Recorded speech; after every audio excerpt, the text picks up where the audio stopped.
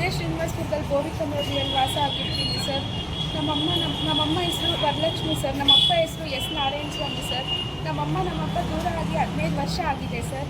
ನಮ್ಮಮ್ಮ ಇನ್ನೊಂದು ಮದುವೆ ಮಾಡಿಕೊಂಡು 8 ವರ್ಷದಿಂದ ಅವ್ರ ಹೆಸರು ಎಂ ನಾರಾಯಣ ಸ್ವಾಮಿ ಅಂತ ಸರ್. ಅವರು ಇದೇ ಮುನ್ಸಿಪಲ್ ಆಫೀಸಲ್ಲೇ ವರ್ಕ್ ಮಾಡೋದು. ಅವರು ವಾಟರ್ ಸಪ್ಲೈಯಲ್ಲಿ ವರ್ಕ್ ಮಾಡ್ತಾರೆ ಸರ್. ನಮ್ಮಮ್ಮನೂ ಇಲ್ಲೇ ಔಟ್ಸೋರ್ಸಲ್ಲಿ ವರ್ಕ್ ಮಾಡ್ತಾರೆ ಸರ್. ನಮ್ಮಪ್ಪ ಇಲ್ಲಿ ಡಿ ಗ್ರೂಪ್ ಎಂಪ್ಲಾಯ್ ಸರ್. ನಮ್ಮಪ್ಪ ತೀರ್ಕೊಂಡು 1 ವರ್ಷ ಆಯಿತು ಸರ್.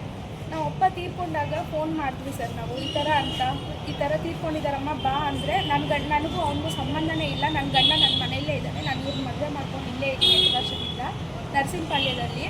ಇವಾಗ ಏನಾದರೂ ನೀವೇ ಅವ್ರಿಗೆ ಫೋನ್ ಮಾಡಿ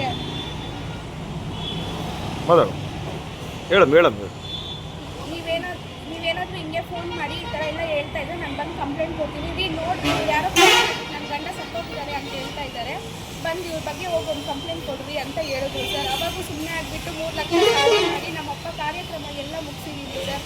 ಎಲ್ಲ ಮುಗಿಸಿದ್ಮೇಲೆ ಒಂದು ತಿಂಗಳು ಏನು ಮಾಡಿಲ್ಲ, ಸುಮ್ಮನೆ ಇದ್ದೋಗ್ಬಿಟ್ಟು ಆಮೇಲೆ ಬಂದು ನನ್ನ ಗಂಡ ಕೆಲಸ ಬೇಕು, ನನ್ನ ಗಂಡ ದುಡ್ಡು ಬೇಕು, ಪೆನ್ಷನ್ ಬೇಕು ಅಂತ ದುಡ್ಡು ಪೆನ್ಷನ್ ಎಲ್ಲ ತಗೊಂಡಿದ್ದಾರೆ ಸರ್.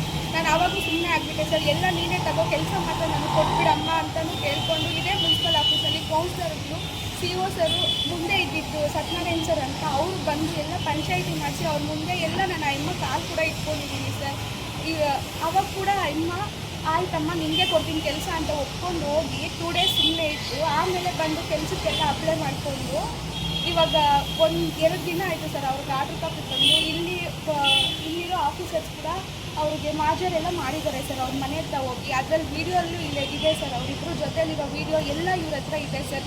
ಇದೆಲ್ಲ ಇದ್ದುಕೊಂಡು ಇವರು ನನ್ನ ಬಗ್ಗೆ ಪಾಸಿಟಿವ್ ಆಗಿ ಏನು ರಿಪೋರ್ಟು PD ಆಫೀಸಿಗೆ ಕಳಿಸ್ತೀರಾ ಒಂದ್ಸಲ ಕಳಿಸಿ ಮತ್ತೆ PD ಮೇಡಮು ಅಜಿತ್ ಸರ್ ಇಬ್ಬರು ನಮ್ಮ ಅಮ್ಮ ಹತ್ರ ದುಡ್ಡು ತಗೊಂಡ್ಬಿಟ್ಟು ಅವರು ವಾಪಸ್ ಹಾಕಿದ್ದಾರೆ ಸರ್. ಮತ್ತು ಇವರು ಇಲ್ಲಿ ಬಂದು ಮಾತಾಡಿಕೊಂಡು ಇಲ್ಲಿ ಇದು ಮಾಡಿಕೊಂಡು ಮತ್ತು ಇವಾಗೂ ಅಷ್ಟೇ ಸರ್. ನನ್ನ ರಿಪೋರ್ಟೇ ಕಳಿಸಿಲ್ಲ ಸರ್. ಇವರು ಅಲ್ಲೇ ಇಟ್ಕೊಂಡ್ಬಿಟ್ಟು ಮತ್ತು ಅವಾಗ ನಾನು ಫೈಟ್ ಮಾಡಿದ್ದಕ್ಕೆ ಅವಾಗ ಕಳಿಸಿ PD ಆಫೀಸಲ್ಲಿ ನನ್ನ ರಿಪೋರ್ಟ್ ಕನ್ಸಿಡರ್ ಮಾಡಿದ್ರೆ ನಮ್ಮ ಅಮ್ಮಂಗೆ ಮಾತ್ರ ಮಾಡಿಬಿಟ್ಟಿದ್ದಾರೆ ಸರ್. 2 ದಿನ ಆಯಿತು ಸರ್ ಆರ್ಡ್ರ್ ಕಾಪಿ ಬಂದು.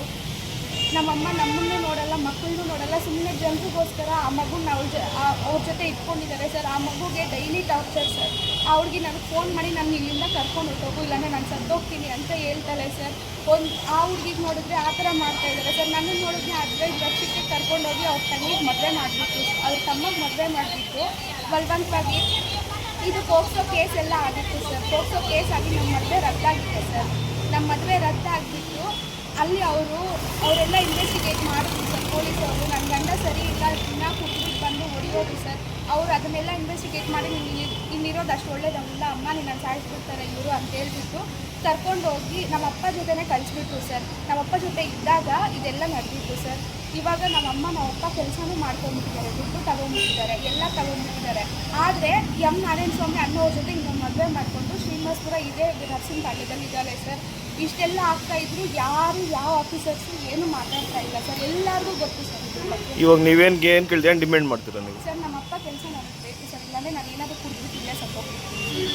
ಇಲ್ಲಿ ಮುನ್ಸಿಪಲ್ ಯಾರು ಕೋಆಪರೇಟ್ ಮಾಡ್ತೀವಲ್ಲ ನಿಮ್ಗೆ ಆಫೀಸರ್ಸ್ ಮಾಡ್ತಾ ಇಲ್ಲ ಸರ್. ಏನು ಹೇಳ್ತಾರೆ? ಎಲ್ಲರೂ ದುಡ್ಡು ತಗೊಂಡ್ಬಿಟ್ಟು ನಿಮ್ಮ ಅಮ್ಮ ಕೊಡೋದು.